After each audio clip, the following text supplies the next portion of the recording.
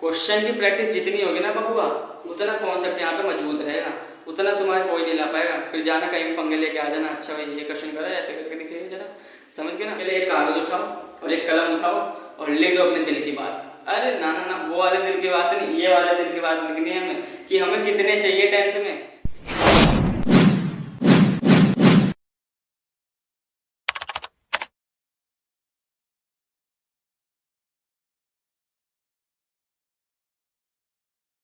So hello everyone, this is Shivam Kumar. तो कैसे हैं आप लोग? मस्त एकदम। तो यार हम में से ना सभी को बड़ा बेसब्री से इंतजार होता है कि हमारे भी कब 10th आएगी, हम भी कब बोर्ड देंगे, हम भी कब दूसरे स्कूल में जाएंगे एग्जाम देने के लिए, हमारे सेंटर कब जाएगा।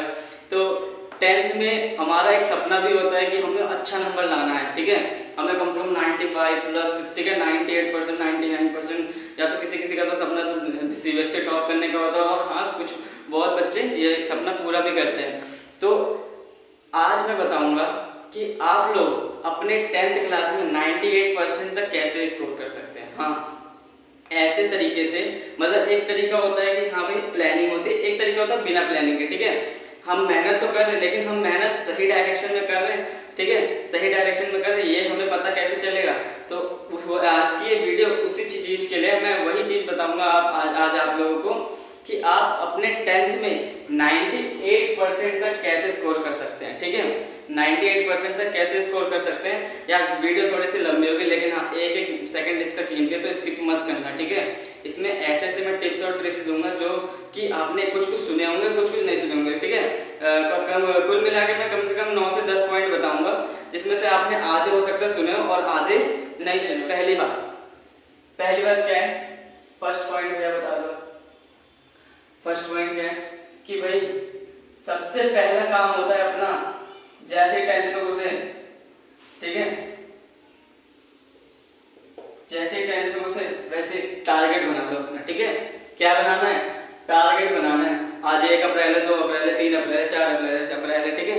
10th स्टार्ट जैसे ही करने से पहले ही तुम्हें माइंड में सेट कर लेना है कि कितना बनाना है तुम्हें, ठीक है, कितने लेके आना है 10th में, समझ गए। तो उसके लिए क्या करना पड़ेगा? उसके लिए एक कागज उठाओ और एक कलम उठाओ और लिख दो अपने दिल की बात। अरे ना ना ना, वो वाले दिल की बात नहीं, ये वाले दिल की बात लिखनी है हमें कि हमें कितने चाहिए 10th में, ठीक है। कोई शर्म लाज नहीं होनी चाहिए, ठीक है। जिसने की शर्म उसके फूटे करम, ठीक है, वही वाला चीज है। तो 98% तक आपको, आपकी मर्जी, 98%, 99%, 100% चाहिए, लिख दो, कोई बात नहीं, लेकिन लिखने से काम नहीं होता, ठीक है। लिखने से काम नहीं होगा, तुम्हें उससे फॉलो भी करना पड़ेगा। अगर तुमने लिखा है कि भाई एक पेपर लिया तुमने, ठीक है, और तुमने लिख दिया 98% स्कोर करना है, ठीक है, ऐसे लिख दिया तुम्हें 98% स्कोर करना है, या फिर सीबीएसई टॉपर बनना है, जो भी करना है, जो भी लिखना है तुम लिखो, ठीक है। लेकिन उस हिसाब से तुम्हें मेहनत भी करनी होगी, समझ गए। उस हिसाब से इस पेपर से क्या फायदा हो? इस पेपर से भाई एक माइंड में गोल सेट हो जाएगा। इसे कहाँ लगाना है? जहाँ पर तुम सोते हो, मतलब एक जगह लगाना है, स्टडी टेबल के सामने, ठीक है, स्टडी टेबल के सामने। फिर कहीं भी तुम पढ़ते हो उधर तुम्हें ये पेज लगा देना। इससे क्या होगा? इससे तुम्हें माइंड में रिकॉल होता रहेगा कि मुझे 98% लाना है, ठीक है। और अगर तुम बैठ के वो दिन याद करोगे ना, जिस दिन तुम्हारे 98% या 99% याद है, इमेजिन करोगे, तो तुम्हें देखना अंदर से खुद तुम्हारे अंदर ज्वाला भड़केगी, ठीक है, कुछ करने को मन करेगा, ठीक है। तो इसलिए ये काम आता है बहुत ज्यादा। तो सबसे पहले तो टारगेट बनाना है, ठीक है। टारगेट बनाना है, कितना करना है तुम्हें, समझ गए। ये टारगेट तुम्हारा होना चाहिए, होना चाहिए, होना चाहिए, ठीक है, समझ गए। सबसे पहले तो गोल फिक्स होना चाहिए, ठीक है। अगर मुझे पता है कि मेरे को यहाँ से लेके, ठीक है, मैं जहाँ रहता हूँ, मुझे वहां से लेके मान लो मुझे चांदनी चौक जाना है, ठीक है, चांदनी चौक जाना है, तो मेरा क्या फिक्स है कि मैं हाँ यहाँ पे जाना है, यहाँ पे मेरे को आकर रुकना है, समझ गए। तो ऐसा नहीं है कि मैं बिना गोल बनाए निकल गया घर से, ठीक है। ऐसा करूंगा तो भटकूंगा मैं रास्तों में, ठीक है, और कुछ नहीं होगा, समझ गए। तो ये चीज ध्यान में रखना, तो पहले ये करना पड़ेगा, ठीक है। इसी में क्या है कि make monthly, daily, monthly, weekly और डेली बेसिस गोल्स, ठीक है। Make monthly, weekly and daily basis goals. ठीक है। अब जैसे तुमने एक साल का इतना बड़ा टारगेट लिया, मुझे 98% लाने, उस टारगेट को ब्रेक करो, ठीक है। छोटे छोटे स्टेप्स में ब्रेक करो, मंथ में कि मुझे मंथ में भाई एक मंथ में, इस मंथ में मेरे को ये चैप्टर कंप्लीट करना है, समझ गए। वीक में करो। अच्छा, मंथ को टालने का बहुत ज्यादा चांस होता है कि मंथ जैसे इस हफ्ते नहीं हुआ, चलो यार अगले हफ्ते कर लेंगे, ठीक है। अगले हफ्ते में चलो 2 हफ्ते बचे उसमें कर लेंगे, टालने के चांसेस बहुत ज्यादा होते हैं मंथ में। वीकली में भी, ठीक है, इसमें 90% टालने के चांसेस होते हैं, इसमें मान लो 50% होते हैं। वीक मान लो, वीकली क्या होता है, वीकली टारगेट क्या होता है, जैसे तुमने आज संडे, तुमने ये टारगेट सेट कर लिया कि आज से लेके मैं अगले संडे तक या सैटरडे तक मैं यही चैप्टर पढ़ लूंगा, ये टॉपिक खत्म कर लूंगा, ये चैप्टर कंप्लीट कर लूंगा, समझ गए। तो वीकली में ऐसा होता है, लेकिन वीकली में भी टालने के चांसेस बहुत ज्यादा होते हैं, ठीक है। कैसे, अब मान लो तुमने मंडे ट्यूसडे पढ़ा है, तुम सोचोगे यार 4 दिन और बचे, पढ़ लेते हैं, और ठीक है, फिर अगला दिन यार 3 दिन बचे हैं अभी पढ़ेंगे, ठीक है। ऐसे हम करते करते टाल देते हैं, तो वीकली में टालने के चांसेस होते हैं। लेकिन डेली बेसिस में तुम नहीं टाल पाओगे अगर तुम्हें 98% चाहिए तो, समझ गए। 98% चाहिए तो नहीं टाल पाओगे इसे। क्या है 98? देखो डेली में क्या होता है, रात में सोने से पहले एक डायरी उठाना है, एक पेन उठाना है, उसमें लिख देना है तुम्हें अगले दिन क्या क्या टॉपिक कंप्लीट करना है। मेन 3 से 4 टॉपिक बनाओ, ठीक है। 3 से 4 इंपॉर्टेंट टॉपिक लो, उसको अगले दिन कंप्लीट करने में लग जाओ, ठीक है। कि मेरे को भाई ये टॉपिक कंप्लीट करना है, इससे आगे के चैप्टर में कनेक्शन है, ठीक है, या तो मुझे ये चैप्टर कंप्लीट करना है अगले दिन, समझ गए। आई होप समझ गए, ठीक है। तो डेली बेसिस पे तुम्हें अपने गोल भी सेट करना है, मंथली भी होना चाहिए कि हाँ भाई एक हमारे अंदर फिट रहेगा हमारा टारगेट कि हमें एक मंथ में क्या कंप्लीट करना है, जिससे मैं 98% तक स्कोर कर सकूं, समझ गए। ये पहला पॉइंट यहाँ पे खत्म होता है, ठीक है। दूसरा एनसीईआरटी रीडिंग, ठीक है, एनसीईआरटी रीडिंग। दूसरा पॉइंट भाई ये बहुत इंपॉर्टेंट पॉइंट है, बहुत ज्यादा।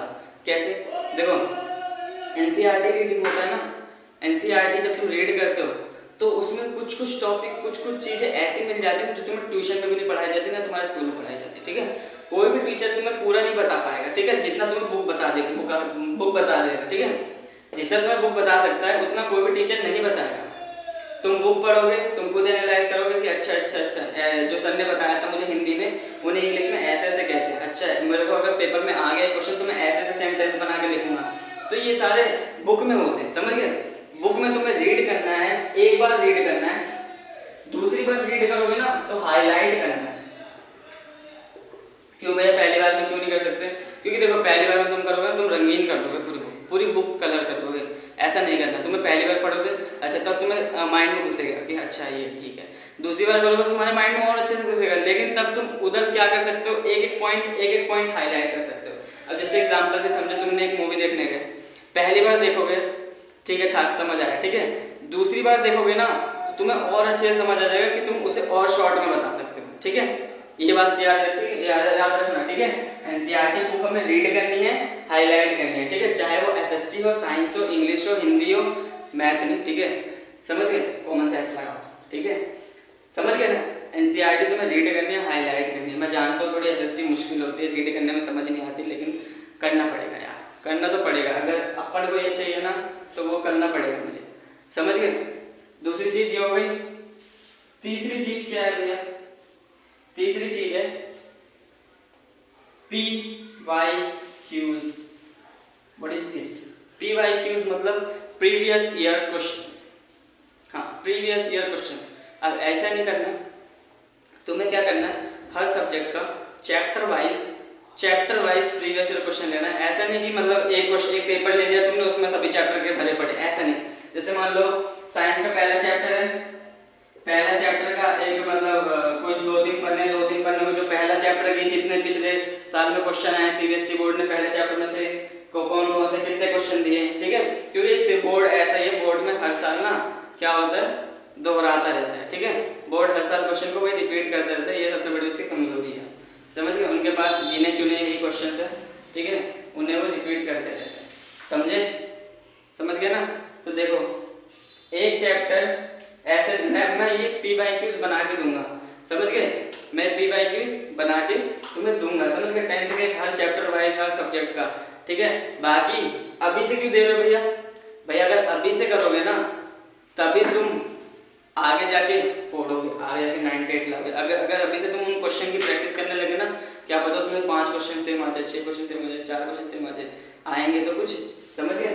तो प्रीवियस ईयर क्वेश्चन अभी से करना है, ना कि बोर्ड से करना है, ठीक है। ये बच्चे क्या करते हैं ना, लास्ट में उठाते हैं बिल्कुल भाई सैम्पल पेपर, आराम से नवंबर दिसंबर में उठाएंगे सैम्पल पेपर, PYQs उठाएंगे, तभी करना शुरू करते हैं। लेकिन यार नहीं, अगर अप्रैल में मन नहीं करा, चलो मई से करना स्टार्ट कर देना। अप्रैल में आप कहोगे कि भैया ये वाला चैप्टर चले, सुनो क्या करना है, मान लो तुम्हारे ट्यूशन में स्कूल में पहला चैप्टर कंप्लीट हुआ, ठीक है, तुम्हें उठा लेना उसके बाद PYQ, ठीक है। PYQ उठाना नहीं, मतलब उसके बाद मैं अभी एक और पॉइंट बताऊंगा, उसको करने के बाद उसके बाद उठाना तुम्हें PYQ, ठीक है।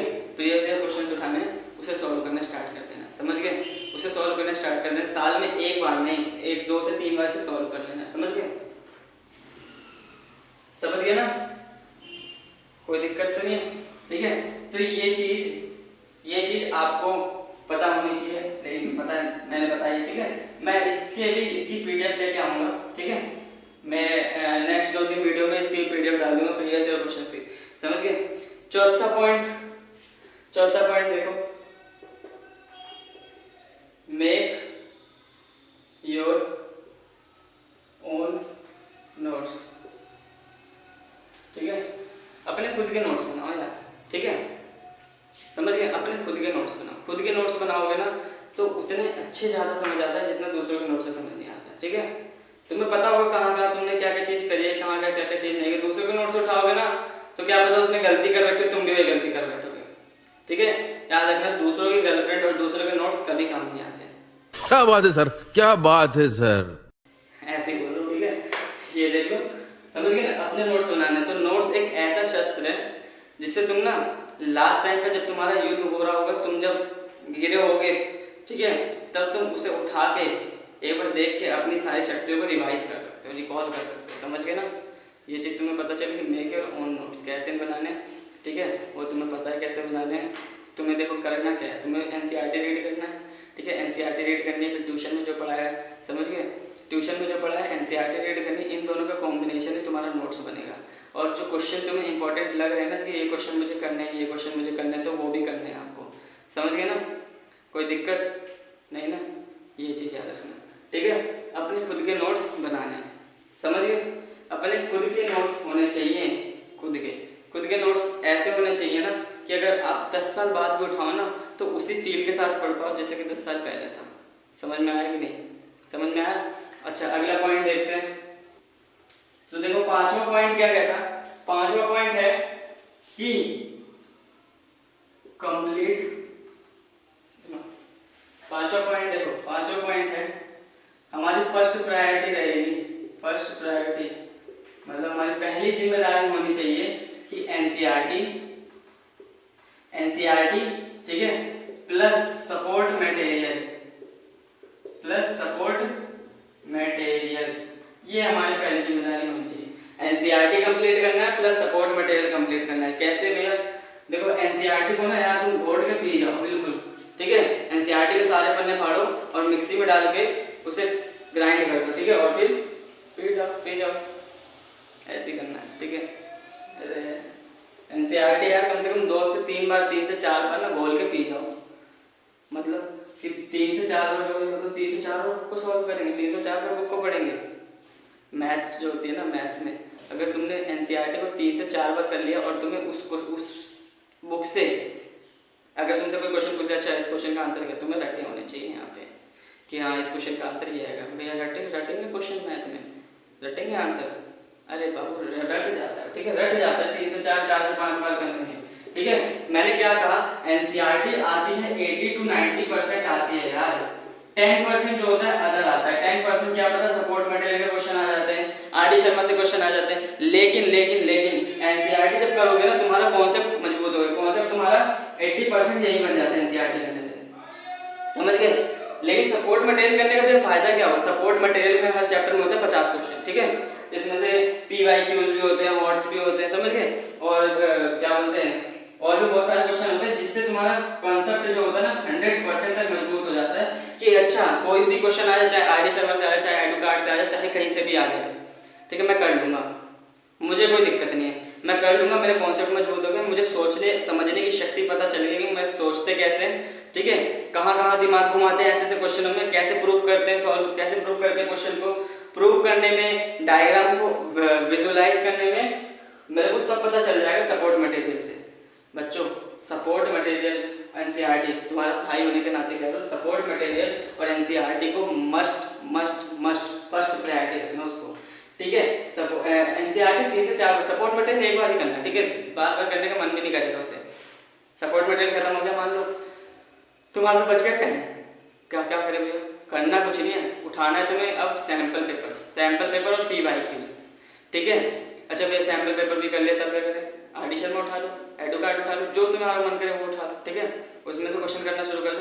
क्वेश्चन की प्रैक्टिस जितनी होगी ना बबुआ, उतना कॉन्सेप्ट यहाँ पे मजबूत रहेगा, उतना तुम्हारा कोई नहीं ला पाएगा। फिर जाना कहीं भी पंगे लेके आ जाना, अच्छा भाई ये क्वेश्चन करा ऐसे करके दिखिए जरा, समझ गए ना, ये याद रखना, ये चीज़ बहुत इंपॉर्टेंट है। क्या पांचवी चीज में क्या बताई, तुम्हारी फर्स्ट प्रायोरिटी होनी चाहिए एनसीईआरटी प्लस सपोर्ट मटेरियल, ठीक है भैया हम समझ गए, ठीक है। अब आगे चलो, छठा पॉइंट में क्या बताऊँ कि रिवाइज रेगुलरली, ठीक है। रिवाइज रेगुलरली का मतलब क्या है कि एक इंटरवल ऑफ टाइम के बाद, इंटरवल ऑफ टाइम का मतलब जैसे कि अच्छा जी मैं हफ्ते में ना एक दिन को रिवाइज करता हूँ, अगले हफ्ते में भी इसी दिन को रिवाइज करूँगा, जो मैंने पूरे हफ्ते में पढ़ा मैं इस दिन बैठ के रिवाइज करूँ। जैसे मैंने मान लो मंडे से सैटरडे 6 दिन मैंने पढ़े, संडे बचा मेरे पे बिल्कुल ऐश और आराम का दिन, हाँ ऐश और आराम नहीं करना, उस दिन पढ़ना है तुम्हें, उस दिन रिवीजन करनी है तुम्हें, ठीक है। रिवीजन हो जाती है 3 से 4 घंटे में, ज़्यादा नहीं पढ़ना, ठीक है। यहाँ 10th में जो बच्चे सोच रहे हैं कि मैं 8-8 10-10 घंटा पढ़ूंगा, 6-6 8-8 घंटा पढ़ूंगा, बबुआ ये 10th है बाबू, इतना मत पढ़ना ना, यहाँ ये क्रैश हो जाएगा सिस्टम, समझ गए, ये क्रैश हो जाएगा। क्यों नहीं पढ़ना भैया बाबू, थोड़ा खेल भी लेना बाहर जाके, ठीक है, थोड़ा खेलो यार, इधर उधर घूमो, टीवी देखो, मजे करो, ठीक है, लेकिन हाँ इतने भी मजे मत कर लेना कि लास्ट में रोना पड़े, ठीक है। 4 से 6 घंटा मैक्सिमम, 4 से 5 या 6 ऐसे, 4 से 5 या 6 घंटा मैक्सिमम रोज पढ़ना है, लेकिन ऐसा नहीं कि आज उठाया किताब अगले फिर 2 हफ्ते बाद उठा रहे 4 से 5 घंटा बैठे रहे पढ़ने, नहीं, रोज उठाना तभी हो पाएगा तुम्हारा 98% ग्रोथ, ठीक है, ये याद रखना। रोज अगर तुम 4 से 5 या 5 से 6 घंटे पढ़ोगे ना तो तुम्हारा ऐसे कैसे नहीं होगा, समझ गए।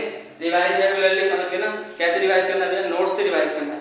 नोट्स क्यों बनाए, नोट्स से इसीलिए तुम्हें रिवाइज करना है कि तुम्हें बार बार ना बुक पढ़ने की जरूरत ना पड़े, अच्छा बुक पढ़ने की ना पड़े, ठीक है, समझ गए, ये याद रखना नोट्स में। अच्छा मैंने एक बात बताई थी यहाँ पे एनसीईआरटी को हाईलाइट करने की, जो हाईलाइट करोगे ना पॉइंट्स उसी को नोट्स में डाल देना।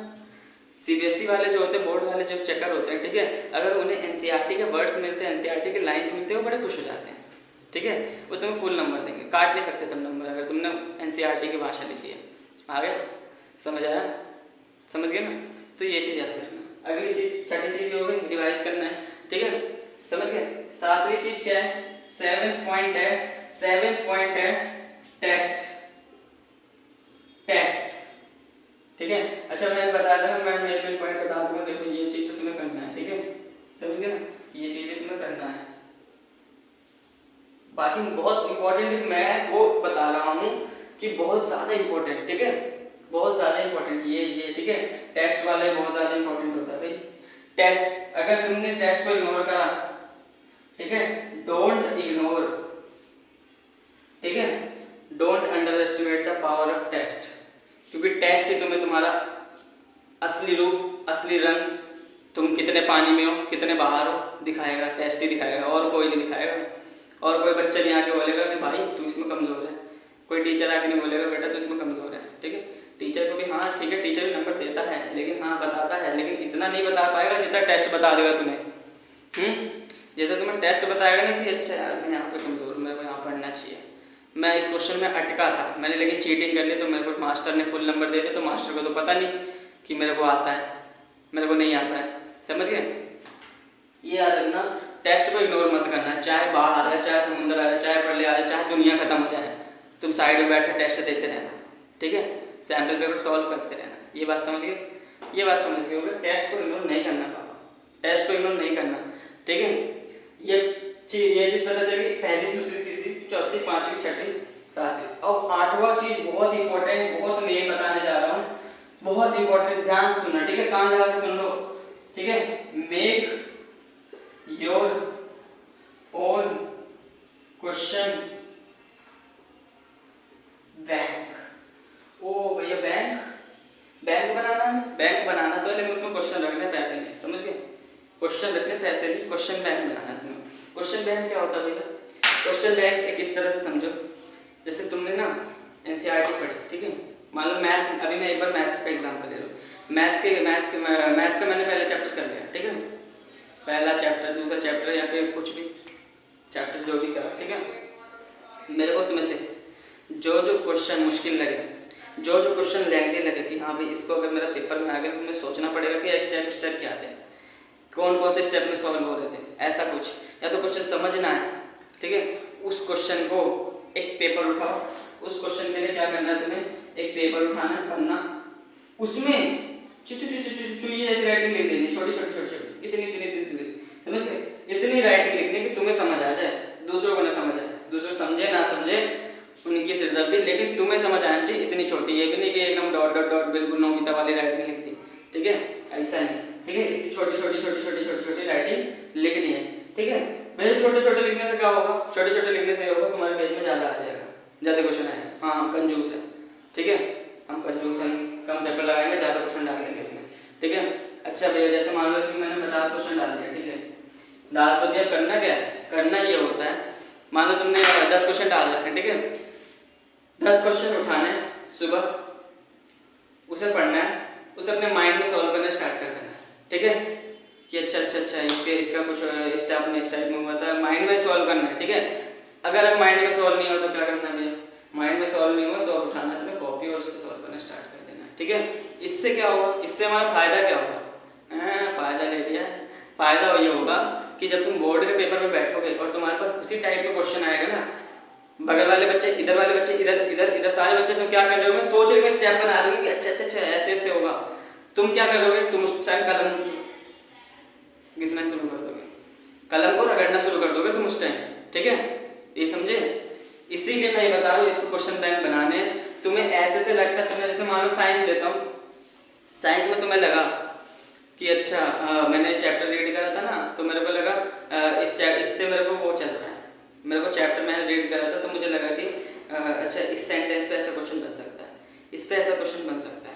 जब तुम एनसीईआरटी हाईलाइट करोगे ना बबुआ, एनसीईआरटी हाईलाइट करा तो जैसे मान लो ये लाइन तुमने हाईलाइट कर दी, ठीक है, ये लाइन तुमने हाईलाइट कर दी, किस चीज के बारे में ऊपर लिख देना, जैसे मान लो इधर लिख दिया व्हाट इज करंट, ऐसे मान लो व्हाट इज करंट, इसके बारे में हाईलाइट कर दिया, ये बाबू याद रखना, ठीक है, ये चीज याद रखना। एनसीईआरटी जब रीड करोगे, हाईलाइट करोगे तो ये चीज याद रखना, व्हाट इज करंट, इसको हाईलाइट कर देना है। हाईलाइट करने से क्या होगा, हाईलाइट करने से क्या होगा, हाईलाइट करने से होगा तुम्हें माइंड में आ जाएगा, फिर इसी को तुम नोट्स में उतार सकते हो या फिर इसी को तुम अपने क्वेश्चन बैंक में उतार सकते हो, ठीक है। क्वेश्चन बैंक में साइंस का अलग, एसएसटी का अलग, हिंदी का अलग, इंग्लिश का अलग, मैथ का अलग, ठीक है, इन सबको तुम्हें सुबह उठना है, डेली रिकॉल करना है, ठीक है, रिकॉल करना है, माइंड में थोड़ा याद करना है, ठीक है। जैसे साइंस में बहुत सारे क्वेश्चन होते हैं अपने आप आ जाते, जैसे साइंस में अपना वो हो गया कि why do not line intersect each other, कौन सी लाइन, मैग्नेटिक फील्ड लाइन, ठीक है, इस ऐसे क्वेश्चन आ जाते हैं, ठीक है। साइंस में तुम्हें ना क्या करना पड़ेगा, जो लेंथी क्वेश्चन होते हैं ना, या फिर जो मुश्किल क्वेश्चन होते हैं, फिजिक्स के क्वेश्चन हो गए, केमिस्ट्री क्वेश्चन हो गए, ठीक है, इन सबको नोट कर लेना है तुम्हें अपने क्वेश्चन बैंक में। नोट करने से क्या होगा भैया, नोट करने से ये होगा कि तुम जब उसे पढ़ोगे ना, उसे रिवाइज करोगे, तुम्हारे माइंड में बैठ जाएगा, यहाँ बैठ जाएगा, उससे जब तुम पेपर में जब बैठेगा ना, मैं फायदा बता चुका हूँ, पेपर में जब बैठेगा ना, सबकी कलम रुकी होगी, तुम्हारी कलम चल रही होगी, ये चीज़ पता चल गई, ठीक है। ये कौन सा पॉइंट था भाई, 8वां पॉइंट था, ठीक है। लास्ट पॉइंट में बताने जा रहा हूँ, लास्ट पॉइंट पे हम बात करेंगे 9वां पॉइंट, डिस्ट्रैक्शन, सबसे मेजर प्रॉब्लम आज के यूथ की, सबसे मेजर प्रॉब्लम है डिस्ट्रैक्शन। अच्छा इसके बारे में बात करता हूँ, पहले बता दूँ, टारगेट समझ गए, बनाना है तुम्हें मंथली, वीकली, डेली के बेसिस पे, समझ गए। अगला एनसीईआरटी रीड करनी है, हाईलाइट करना है, हाईलाइट करके उसे अपने नोट्स में उतारना है, ठीक है, उस पर टॉपिक लिख देना है, क्वेश्चन लिख देना है कि अच्छा इस सेंटेंस से क्वेश्चन बन सकते हैं, ये समझ गए। पीवाईक्यूज तुम्हें सॉल्व करने में पीडीएफ दूंगा, ठीक है, इसको इस वीडियो में तो पीडीएफ नहीं दे पाऊंगा मैं, 2-3 अभी पीडीएफ वो बन रही है, ठीक है, पीवाईक्यूज में भी तैयार कर रहा हूँ, तो 2-3 वीडियो में आ जाएगी, समझ गए। अगला चौथा, मेक योर ओन नोट्स। मैं बता चुका हूँ, खुद के नोट्स होने चाहिए, ठीक है। खुद के नोट्स जो पढ़ने मुझे आता है, दूसरों के नोट्स में नहीं आता। क्या पता दूसरे ने इधर गलती कर रखी हो लेकिन वो कंडीशन नहीं लिख रखी हो कि अच्छा कि ऐसे ऐसे, उसे पता है वो कंडीशन, लेकिन वो कंडीशन लिख नहीं रखी, तो तुम क्या करोगे? तुम तो वही रट के चले जाओगे, तुम्हारा हो जाएगा पोपट, एग्जाम में हो जाएगा पोपट, खत्म बात, ठीक है। तुम खुद के नोट्स होने चाहिए। अभी जो नोट्स बनाओगे ना, टाइम जाता है, ठीक है, टाइम जाएगा, लेकिन यार करना तो पड़ेगा ना, अगर आगे हमें काम करना है, ठीक है। तुम ऐसा सोच के चलो ना, ऐसा सोच के चलो कि भैया मैं ना 10th पास होते ही मैं सीधा साइंस पढ़ाऊंगा, मैथ पढ़ाऊंगा, ये पढ़ाऊंगा, वो पढ़ाऊंगा। तुम देखना तुम देखना कैसे मेहनत करोगे। तुम ये सोचना कि 10th पास होते ही मैं यूट्यूब चैनल खोलूंगा और उसमें साइंस पढ़ाऊंगा, मैथ पढ़ाऊंगा, ये पढ़ाऊंगा, वो पढ़ाऊंगा, ठीक है। तुम देखना तुम्हारा इंटरेस्ट कैसे आएगा। मैं अपना साइड बिजनेस खोलूंगा, ठीक है, ये समझ गए, साइड इनकम। 5 चीजें होते हैं, पहली प्रायोरिटी करनी चाहिए तुम्हारी एनसीईआरटी प्लस सपोर्ट। ये नहीं कि एनसीईआरटी का पूरा चैप्टर, ये ध्यान रखना, एनसीईआरटी ये नहीं एनसीईआरटी की बुक कंप्लीट कर दी फिर कर रहे हो, नहीं। एनसीईआरटी का पहला चैप्टर कंप्लीट हुआ, एक बार और कर लो, क्या पता फिर आ जाना सपोर्ट पे, सपोर्ट कर लिया फिर इसके बाद खत्म। सपोर्ट करने के बाद तुम्हें कुछ नहीं करना, सपोर्ट कर लोगे ना जब, तुम्हें कुछ नहीं करना। उसके बाद क्या होता है, पीआईक्यू सैंपल पेपर वगैरह, सपोर्ट में से क्वेश्चन आए तो सर्वर से पूछना। छठा, रिवाइज करना रेगुलरली नोट से। 7वां, टेस्ट को इग्नोर नहीं करना। 8वां, क्वेश्चन बैंक में बता चुका हूँ कि ठीक है, जो जो इंपॉर्टेंट क्वेश्चन हो, ठीक है, उन्हें अपने पन्ने पे छोटे छोटे करके लिख लेना और तुम्हें रोज रिकॉल करना उसे। 9वीं चीज है डिस्ट्रैक्शंस। डिस्ट्रैक्शन लगे रहते हैं जो कि दोस्त में, ठीक है, गेम्स में, ठीक है, प्यार में, इन सब चक्करों में पड़े रहते हैं, ठीक है। हाउ टू अवॉइड डिस्ट्रैक्शन, ठीक है, यही टॉपिक है जो कि आजकल बहुत मेजर प्रॉब्लम है। देखो तुम्हें क्या करना है ना, अपने डेली लाइफ में डेली 1 घंटा सेट कर लो, ठीक है, 1 घंटा सेट कर लो कि मुझे इसी टाइम पे डिस्ट्रैक्ट होना है, मैं इस टाइम पे डिस्ट्रैक्ट ही होऊंगा, ऐसा कोई काम करूंगा जो कि मुझे फायदा देगा ही नहीं, ठीक है, जिससे मुझे कोई फायदा ही नहीं होगा। तो तुम उसी 1 घंटे में जो भी करना हो, सोशल मीडिया पे तुम्हें चैटिंग वैटिंग करनी हो, वीडियो देखना हो, जो भी करना हो वही करना, ठीक है। खेलने जाना वही करना, जो खेलने के लिए तो अलग से टाइम है, लेकिन जो डिस्ट्रैक्ट, खेलने से तो फायदा होता है लेकिन डिस्ट्रैक्शन से कोई फायदा नहीं होता। समझ गए, तुम्हें ये काम 1 घंटे में करना है, 1 घंटे में ये काम करना है। अच्छा भैया इससे फायदा क्या होगा? इससे फायदा ये होगा ना कि जब तुम 3 बज रहे, मान लो तुमने 5 बजे का टाइम रखा है, ठीक है, जब तुम ये सोचोगे ना कि मेरे को फ़ोन चलाने का मन कर रहा है, मेरे अंदर से इंद्रियां तृप्त हो रही है, मेरे को फ़ोन चलाना है, तब तुम्हारे माइंड में ये आएगा कि अरे 5 बजे तो मेरे को चलाना ही है ना, 5 बजे का वेट कर लेते, पढ़ लेते हैं अभी, ठीक है, अभी कोई काम कर लेते हैं, समझ गए। अच्छा ऐसा मानो कि जैसे मान लो किसी बच्चे को बोल रखा है पापा ने कि तेरे को रात में घुमाने ले चलूँगा, अभी तो पढ़ ले, बच्चा दिन भर पढ़ेगा, रात में घूमने जाएगा, ठीक है, उसे पता होता है कि मैं रात में मजे करने जाऊँगा तो अभी पढ़ लेता हूँ, तुम्हें ही पता है मुझे इतने टाइम से इतने टाइम में डिस्ट्रैक्ट होना है तो मैं अभी पढ़ लेता हूँ, ठीक है, ये अच्छा है तरीका एक, ठीक है, तो इसे तुम अपनाओ और अपनी जीवन शैली सुधारो। अच्छा तरीका है, मैं मानता हूँ। तो बाकी तो इतना मैंने कर ही दिया, ठीक है, समझ गए ना। तो बाकी फिर खेलते रहिए, कूदते रहिए, पढ़ते रहिए, मौज काटते रहिए, लेकिन टाइम वेस्ट नहीं करना है, टाइम वेस्ट नहीं करना है। तो मिलते हैं अगली वीडियो के साथ जिसमें होगी फिर मुलाकात शिवम भैया के साथ। नमस्कार।